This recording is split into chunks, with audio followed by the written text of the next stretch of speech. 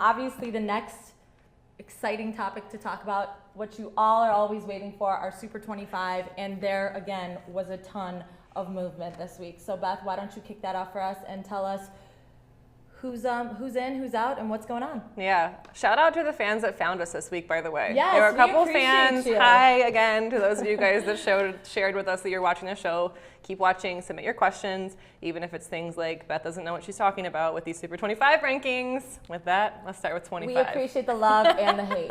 Keep it coming. Mostly the love. Yes. Number 25, right where they were last week, IC Catholic. Number 24, Naperville Central. They finally got that win. Yes. Michael got to see it. Number 23, Bolingbrook. 22, St. Charles East. 21, Hinsdale Central. 20, Prairie Ridge, down from number 12 this week after losing to Huntley. And 19, Huntley in a close game that they beat Prairie Ridge. 18, Phillips, the biggest drop of the week, 14 spots, down to number 18 from number 4. 17, Willowbrook. 16, Montini. 15, Marist. 14, Brother Rice, holding steady right there, as is Richards at number 13. 12, Loyola, down 10 spots from number 2. 11, Mount Carmel. 10, Simeon. The biggest jump of the week from 20 to 10 is Simeon. I will say Simeon was already in our rankings last week. Not everybody We had didn't have to Simeon make ranked. up They were already there. We already knew they were going to be good. Number 9, Glenbard West. Number 8, Maine South. Number 7, Lake Zurich. Number 6, Barrington. And the top 5, very new look this week. 5, Oswego. 4, Homewood Flossmoor. 3, Nazareth. 2, Batavia. And number 1, still Lincoln Way East. One thing you might notice, there are no new teams in this, and that's because not a single team lost to a team outside of the 25, and I'm a big believer in being fair. You don't lose to a team outside of the top 25. I can't drop you out. Yeah, if you're not losing to a team in the top 25, then how does that make sense to move you out? There are teams Agreed. that, let's talk about some of the teams that are just on the brink of making it in though. Stevenson, Bennett, Rolling Meadows, Cary Grove, Providence Catholic. Who are some of these teams that could possibly pop in the next week or two? I'll tell you, one of the teams that is the most intriguing to me is Wheaton Warrenville South. Coming off a 2-7 year last year, they have already won more games this season at 3-0 than they did last year in 2017. They have a really strong defense. They've allowed 3 points the whole season.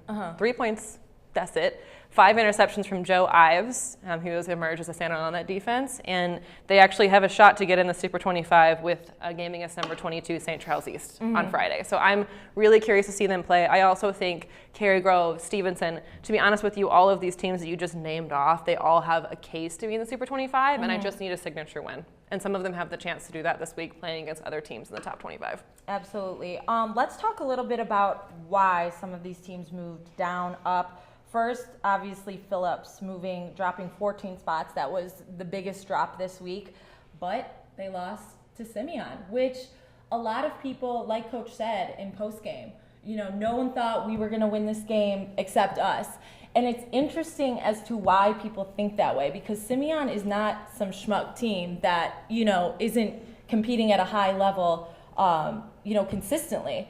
So why is it that notion that they cannot compete with Phillips? Where does that come from? I don't think there is. Coaches just like to use things for motivation. I mean, on the show last week, I said I thought they had a chance to win. Right. I don't think anybody thought they had no chance to win. I mean, I even saw last year's game was 14-0. Yeah. Then they had, 4 or 5 interceptions or turnovers. And you know how that goes with football. Sometimes it just comes down to that, and they didn't do it this time. But worth the jump for sure, I think, for...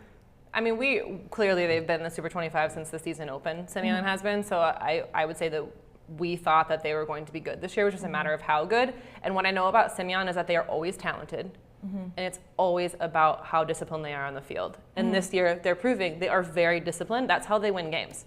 This team, Simeon, every single year has some of the top talent in the area, and can they work together?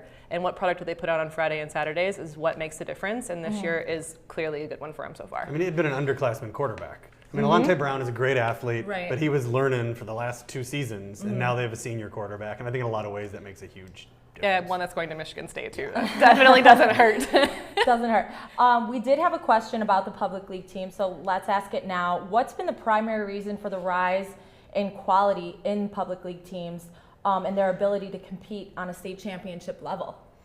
And that question comes from Jack Gleason. Yeah, it's, I see a lot of public league football, and you never want to be too negative about things, but I think it's pretty clear that while the top of CPS football, which at this point we're talking about 2 or 3 teams, is as good and maybe better than it's been in a long time, the large majority of CPS football is far, far, far worse than it has been historically. I mean, proud programs like Hubbard and Dunbar and King that were regular state playoff teams that used to have 40 kids on the sideline, 50 kids, and longtime coaches, they've got 14 kids, and it's just not what it used to be. And so I think everybody else got a lot worse, and that helped. I think they're just kind of sucking all the air out of the room. All the good players are showing up at Phillips and Simeon, and Raby's getting some, and Curie. And then after that, the drop-off now is pretty severe. So then I guess what's the reason for that drop-off for other teams? It's just the rise in certain programs and kids transferring? The charter schools happened. All those noble schools, all those schools, no offense, you've never heard of before, that you see in the standings and rankings that are new in the last 2 or 3 years, those kids had to come from somewhere. And they came from Dunbar and Hubbard and King and the neighborhood schools that are shrinking so much. They used to have 1,000 kids and now have 300 or 200. That's what's happening. I mean, you just can't field a football program when you've only got 100 boys in the school. On to a couple more reasons as to why teams were moving. Mount Carmel and Loyola, that created a bit of a change there in the top 10. Loyola moving down to number 12, which, I mean, after losing to Mount Carmel the way they did, that was an impressive game, an impressive defensive game for Mount Carmel. I mean, it came down to that final play, and talk about that with us for a second, because you were there, and that was just a huge moment, I think, for Mount Carmel. Yeah, it was, they just outplayed Loyola the entire game. It was pretty surprising. I have not seen Loyola at home. I haven't seen Loyola anywhere kind of struggle that much offensively, but at home it was very strange to see. I mean, so much credit goes to that Mount Carmel defense. Loyola just couldn't run the ball. I mean, it was Trevor Cabanban, we talked a lot about in the preseason. He finished with -5 yards in the game. They had some other guys try, but nobody was really able to run the ball. They were pretty effective. Rory Booz had like 16 catches, I believe. He had a really great day, but it wasn't enough. And frankly, to get down to that final play, it took 2 very long pass interference calls on Mount Carmel that were kind of iffy. So they didn't even, it's not like they charged down the field for that. They were kind of giving it. And then they got there, and Matt Lenti made a really great play, a great tackle. If you watch the video, he's diving in and he grabs, Matthew Schultz, the quarterback, who's not the most mobile guy. Loyola, that's not what they wanted to happen at the end of the game, was Matthew Schultz running with the ball. There aren't really any set plays for him to run. He runs when it's busted, and that must have been a busted play. Henry Hartsfield wants to know, Evanston Township is undefeated. Will they make their way into the Super 25? That's a great question with the Henry. So one of my games of the week is actually number 6 Barrington versus Evanston. There are actually a lot of 3-0 teams left, and Evanston is one of the ones that gets a shot to play somebody in the Super 25 and make their case to be in the Super 25. I said earlier, some of these 3-0 teams, I'm looking for a signature win. And what I mean by that is I need a win against a quality opponent who has beaten someone in the Super 25, who is in the Super 25. They come out and they shock the world, I suppose. And Evanston is one of the teams that I have written down here to do that. The last one that I'll throw out there is Cary Grove, who plays number 19 Huntley.